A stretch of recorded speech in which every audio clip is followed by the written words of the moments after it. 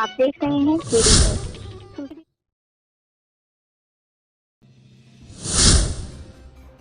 किसी शायर का शेर है, सिर्फ हंगामा खड़ा करना मेरा मकसद नहीं, मेरी कोशिश है कि सूरत बदलनी चाहिए। लेकिन आज क्या हो रहा है, यह शेर हम क्यों पढ़ रहे हैं? आज उत्तर प्रदेश के इटावा में सियासतदानों का सिर्फ यादव पंडित का हंगामा खड़ा करना फर्ज नहीं है, बशर्ते सूरत भी तो बदलो। सिर्फ सियासत ही होगी? यूपी में ब्राह्मण बनाम यादव के बीच संघर्ष कौन से सियासतदान चाहते हैं? किसे होगा इससे सबसे ज्यादा राजनीतिक फायदा? आइए चलते हैं खबर पर। इस सियासत माहौल को लेकर आज तक के डिजिटल प्लेटफॉर्म पर संयम श्रीवास्तव का 27 तारीख का एक लेख छपा है। लिखते हैं, उत्तर प्रदेश के इटावा में जिस तरह एक कथावाचक की पिटाई मुद्दा बन गया है, यह सियासत के अलावा और कुछ भी नहीं है। यूपी में योगी सरकार पर ब्राह्मणों की उपेक्षा के आरोप लगते रहे, पर इसका फायदा समाजवादी पार्टी को दूर दूर तक मिलता नजर नहीं आ रहा है।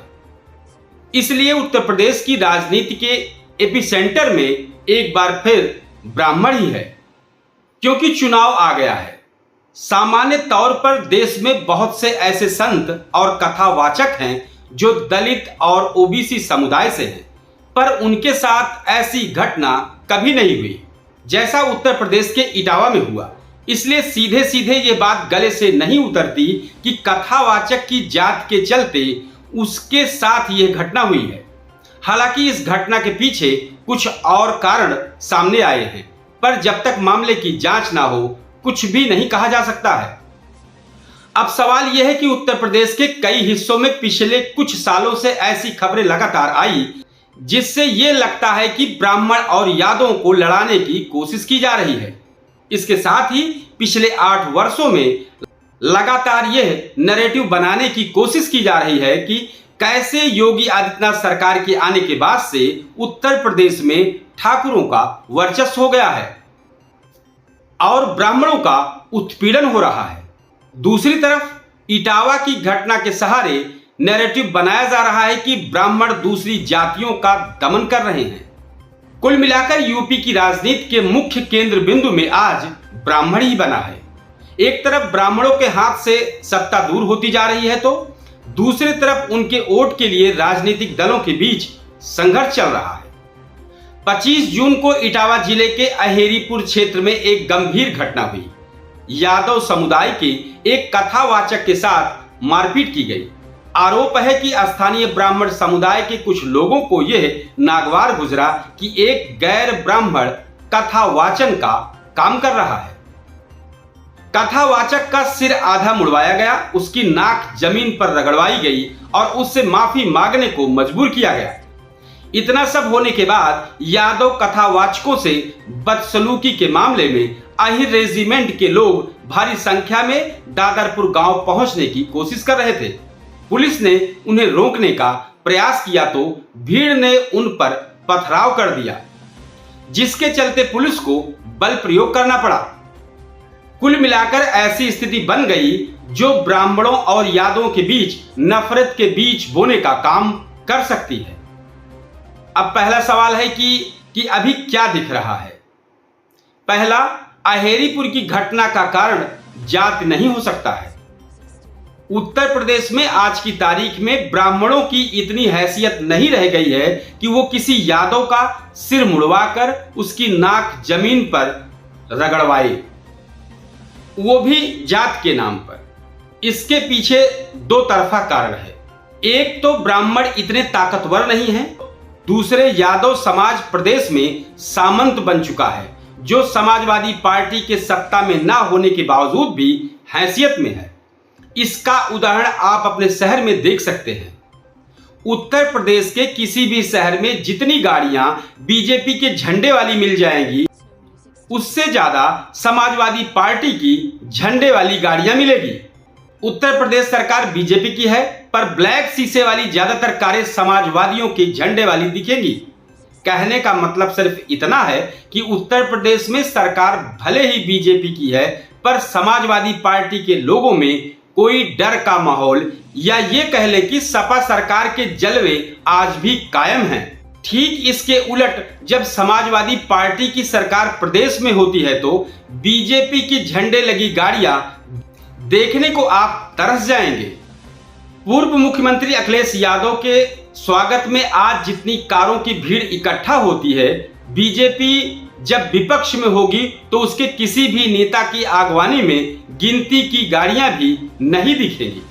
दरअसल यह बीजेपी और समाजवादी पार्टी के चरित्र का अंतर है। पूरे प्रदेश में आज बीजेपी की राज जरूर चल रहा है, पर इकोसिस्टम पर समाजवादी पार्टी का ही कब्जा है। पुलिस आज की तारीख में किसी मुस्लिम या यादव अपराधी को पकड़ने से पहले 10 बार सोचती है। उसे पता होता है कि ऐसा करने पर थाना घेर लिया जाएगा, थाने पर पथराव भी हो सकता है, जबकि किसी भी दूसरी जात के अपराधी का एनकाउंटर भी हो जाए तो कोई पूछने वाला नहीं है। ब्राह्मण बाहुल्य वाले इलाकों में जैसे गोरखपुर, देवरिया जैसे जगहों पर किसी यादव के साथ इस तरह का हरकत करने की हैसियत ब्राह्मणों के पास नहीं है। देवरिया में पिछले साल एक ब्राह्मण परिवार के 5 सदस्यों को यादव जात के लोगों ने लिंच कर दिया, जबकि प्रदेश में समाजवादी पार्टी की सरकार नहीं थी। इतना ही नहीं, लिंचिंग के बाद भी सोशल मीडिया साइट एक्स पर ट्रेंड प्रेम यादव ही करता रहा। वो प्रेम यादव ही था जिसकी हत्या के बाद एक ही परिवार के 5 ब्राह्मणों को मार दिया गया था।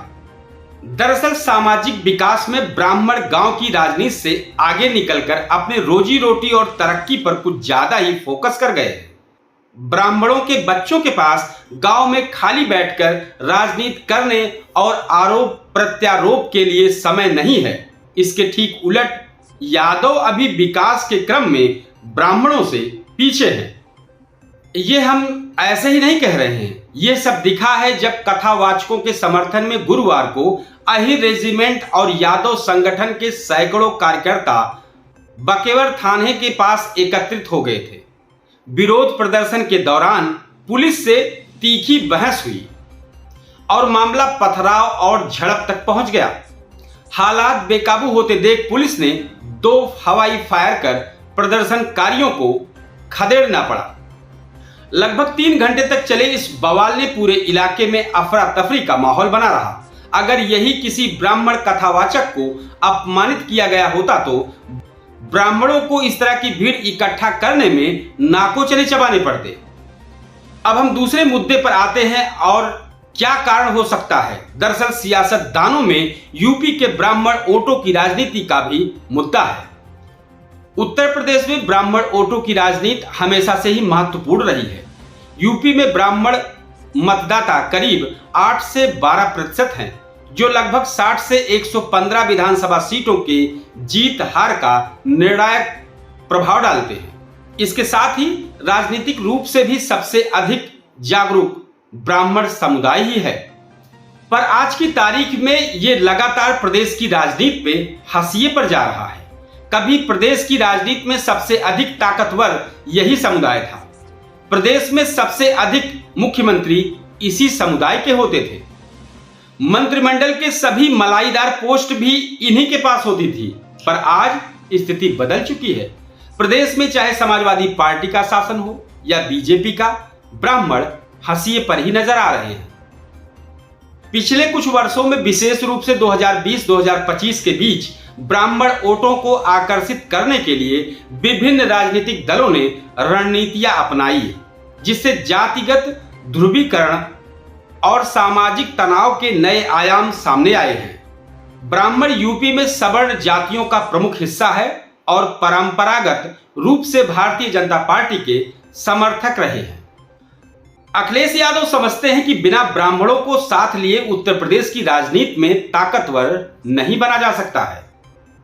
2017 में योगी आदित्यनाथ के मुख्यमंत्री बनने के बाद लगातार ऐसे नैरेटिव गढ़ने की कोशिश की गई है कि यूपी सरकार ब्राह्मण के विरोध में है।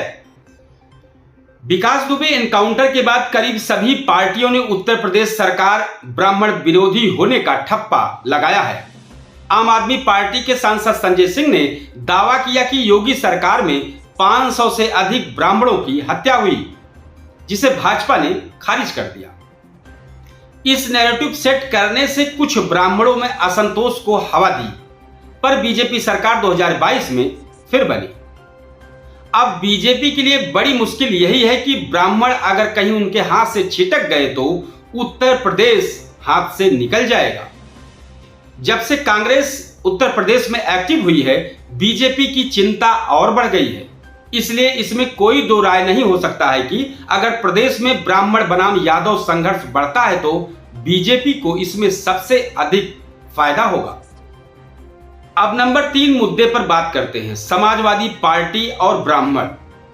सपा ने 2022 के विधानसभा चुनाव से पहले ब्राह्मण वोटों को आकर्षित करने के लिए कई कदम उठाए, पर उनको शायद ही कोई फायदा मिला हो।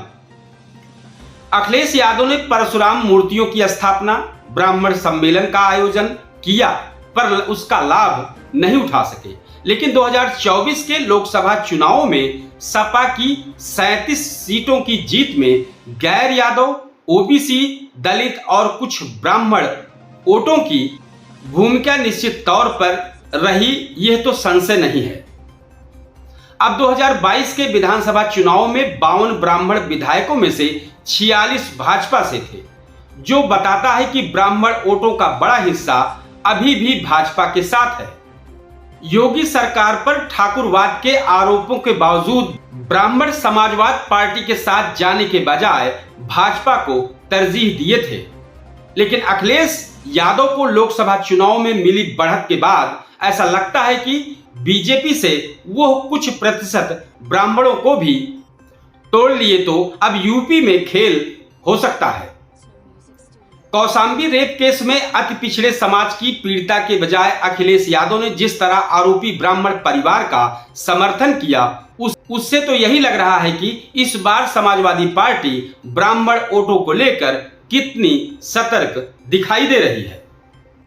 पर यह भी सही है कि अगर पीड़िता यादव परिवार की होती तो अखिलेश यादव का यह रूप देखने को नहीं मिलता, जिस तरह देवरिया कांड में देखने को मिला था। इसलिए साफ है कि अगर ब्राह्मण बनाम यादव संघर्ष बढ़ता है तो इसमें अखिलेश यादव को सिर्फ नुकसान ही होने वाला है, क्योंकि इस तरह के संघर्ष से ब्राह्मणों के मन में यह बात जरूर आएगी कि अभी तो समाजवादी पार्टी सत्ता में नहीं है, तो ये हाल है, अगर वो वापसी कर गई तो हमारा क्या हाल होगा। इस तरह की तमाम खबरों के लिए आप हमारे चैनल को सब्सक्राइब करें। हमारी इस खबर पर अपनी कमेंट राय बॉक्स में जरूर दें। हम और भी तमाम खबरें आप तक पहुंचाते रहेंगे। तब तक के लिए जय हिंद।